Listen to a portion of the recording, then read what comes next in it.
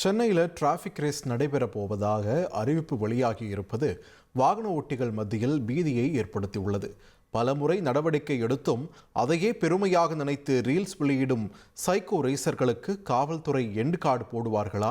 பாரு தலைப்புச் செய்தியில என்னோட பேரை கேளு புழலு ஜெயிலில அடிக்கடி போயிட்டு வரான் மட்ட கேஸ்ல இப்படி ரைமிங்காக ரீல்ஸ் வெளியிட்டிருக்கும் இந்த வானர கூட்டத்தை இதற்கு முன்பே பலமுறை காவல்துறையினர் கொத்தாக கைது செய்துள்ளனர்.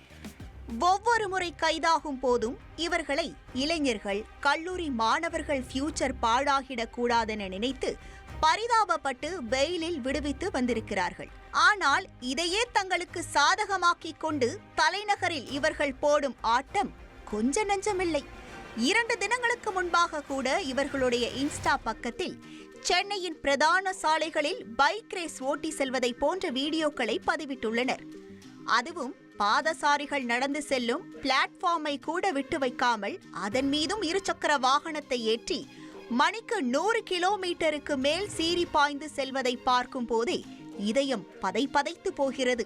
தினமும் பொதுமக்களின் உயிரோடு விளையாடி வரும் இந்த கும்பல் வீக்கெண்டில் சென்னை 1000 விளக்கு பாய்ஸுக்கும் வியாசர்பாடி ஜாங்கோ கேங்கிற்கும் டிராபிக் ரேஸ் விடப்போவதாக இன்ஸ்டாவில் அறிவிப்பு வெளியிட்டுள்ளனர்.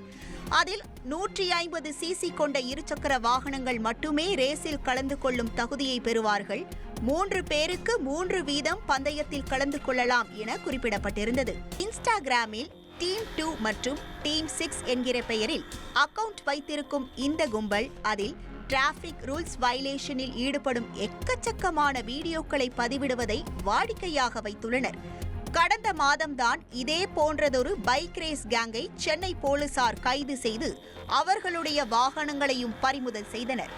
அப்படி இருந்தும் டிராபிக் போலீசாருக்கே சவால் விடும் வகையில் இவர்கள் வீடியோ பதிவிட்டு வருவதும், தொடர்ச்சியாக தலைநகரின் முக்கிய சாலைகளின் வழியே பைக் ரேஸ் ஓட்டி செல்வதும் பெரும் அதிர்ச்சியையும் வாகன ஓட்டிகள் மத்தியில் மரண பயத்தையும் ஏற்படுத்தியுள்ளது.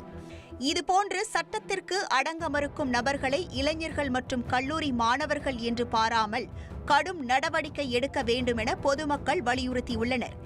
வெறும் எச்சரிக்கையும் அபராதமும் இவர்களுக்கு போதாதென சுட்டிக்காட்டுபவர்கள் இந்த நபர்களுக்கு கொடுக்கும் தண்டனையை பார்த்து இவர்களைப் போல ரேஸில் ஆக்சிலேட்டரை முறுக்க வேண்டுமென நினைப்பவர்களும் அலற வேண்டுமென கோரிக்கை வைத்துள்ளனர். ட்ரெண்டை ஃப்ரெண்ட் ஆக்கிக்கோங்க. தந்தி டிவியின் சப்ஸ்கிரைபர்ஸ் அண்ட் ஃபாலோவர்ஸ் குடும்பத்துல நீங்களும் இணையுங்க.